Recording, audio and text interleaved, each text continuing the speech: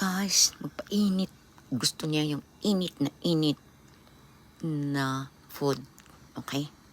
So, painitin natin doon sa tiplon. Ilagay natin yung grill na ano yan, shrimp.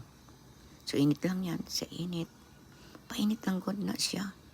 So, kasi gusto niya yung mainit ba? Gusto na mahilos. Ya kanaa guys.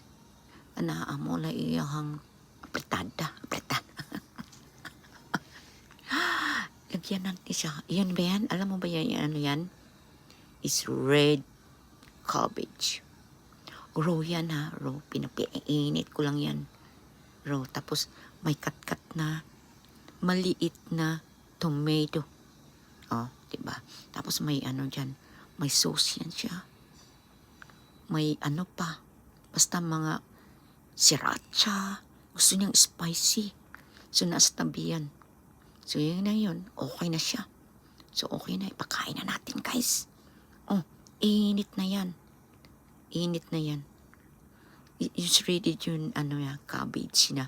Red cabbage kasi red, guys, is good for our health. Ganun. Okay? So, sarap yan. Complete.